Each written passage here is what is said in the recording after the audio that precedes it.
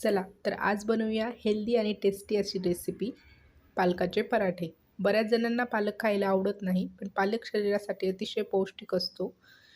ज्यांना पालक आवडत नसेल त्यांना तुम्ही अशी पालकाची रेसिपी बनवून खाऊ घालू शकतात. चवीचवीने आणि आनंदाने खातील.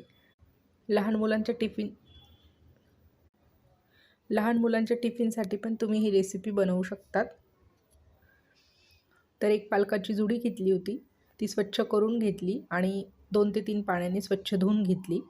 एका पातेल्यामध्ये पाणी उकळत ठेवलं होतं. पाणीला उकळी आल्यानंतर त्यामध्ये स्वच्छ धुवून घातलेला पालक घातला आहे आणि फक्त 1 ते 2 मिनटासाठीच तो पाण्यामध्ये ठेवायचा. गॅस लगेच बंद करून टाकायचा आणि लगेचच तो पालक आपल्याला पाण्यामधून काढून घ्यायचा आहे.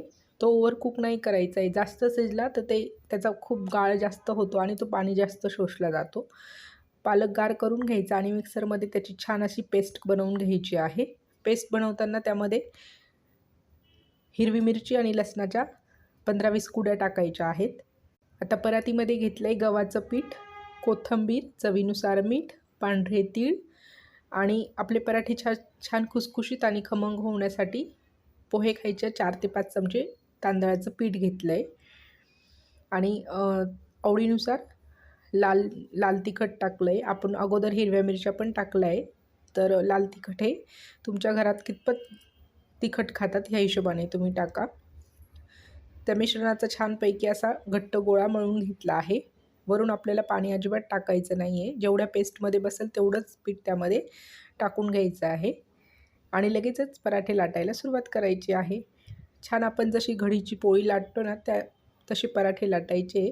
पराठे छान असे मऊसूत होतात आणि टम्म फुगतात. पराठा लाटून घेतला आहे छान. खूप जाड पण नाही, खूप पातळ पण नाही, जशी आपण पोळी लाटतो तसा.